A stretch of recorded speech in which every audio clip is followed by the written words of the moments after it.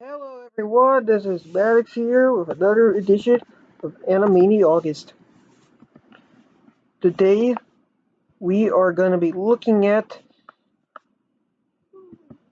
the last week of February and the first week of March 1994. And we have several episodes to cover. So let's get right on with the show. Starting off with episode 58 with the segment OOFL.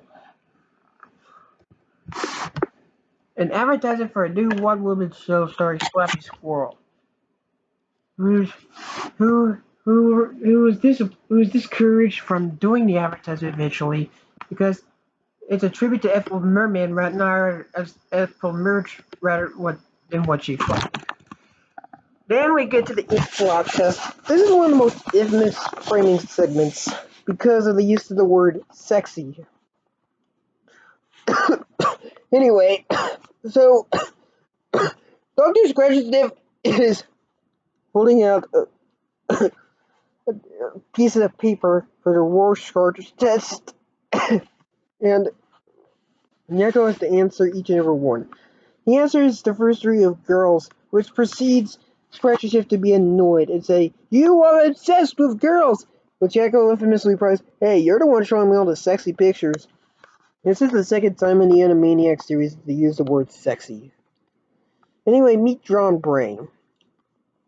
An episode where Pinky and Brain decide to run for President of the United States, with John Brain being Brain's alias.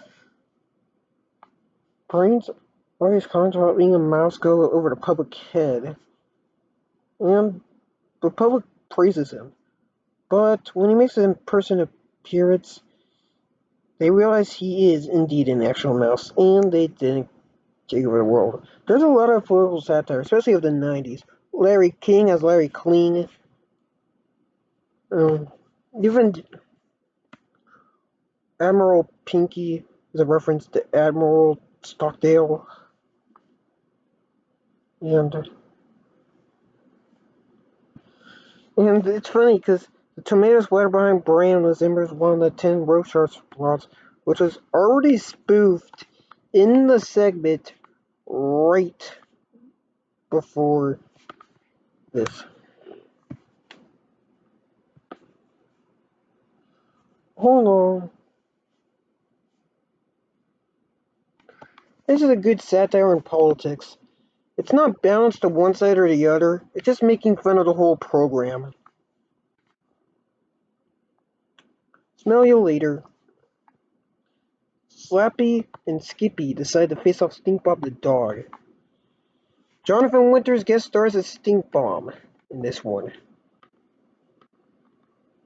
And Skippy says Stink Bomb go down the hole in a similar fashion to how Baby Plucky would say stuff, which is funny because they're both voiced by Tom Ruger's son, Nathan Ruger.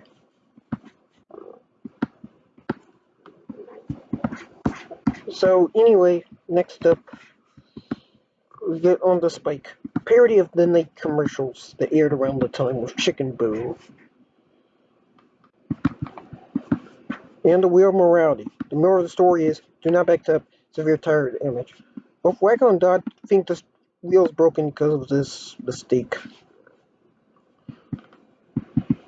This next episode starts with another tower escape. This is actually the final tower escape produced, where they escape the water tower on a giant condor.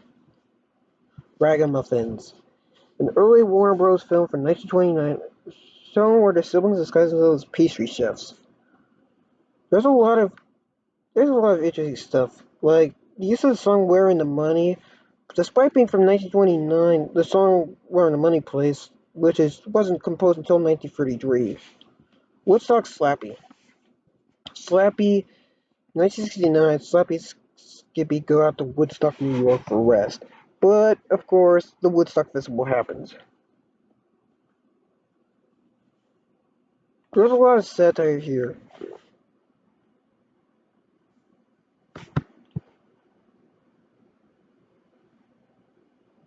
Slappy, instead of Jimi Hendrix playing the guitar-heavy rendition of the Star Spangled Banner. Slappy decides to play a parody of the Star Spangled Banner using an accordion, a reference to Weird Al Yankovic. And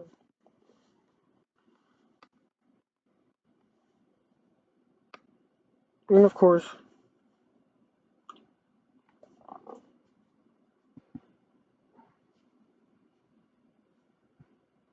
the Who's on Stage gag.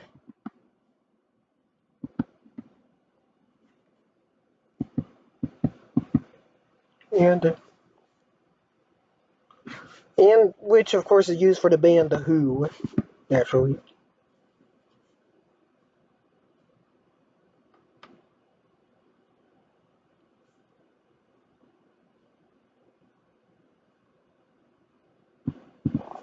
The chase animation at the end would be the final chase ending as well, as they return to the water tower via also from Wacko's gag bag. Why is already segments retired? I would only assume it's because they make room for more commercials. Anyway, onto the final episode we're going to talk about today. Episode 60. Which begins with a chase transition.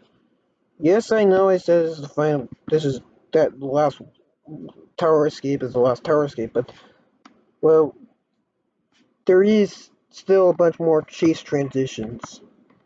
In this one, the Warners are chased out of Ralph out of the studio gate, and this time Wacko hesitates before continuing the run. Karaoke Dokie. Willie Slackmer, a parody of William Shatner. Hogg's Kid Karaoke Night. And of course, this is satire of his failed singing career with his infamous cover of Rocket Man by Elton John. Of course, the fact that and I just love how just most of the songs in this one are public domain classic children's songs like Chimney Crack Corn, Oh My Darling Clementine, Baba Black Sheep, This Old Man, etc., etc. Cranial Crusader. Peaky the Brain parody, Batman and Robin, and their latest harebrained plot and world domination. This is interesting because this predates Robin's grand return to the Batman franchise by 1 year.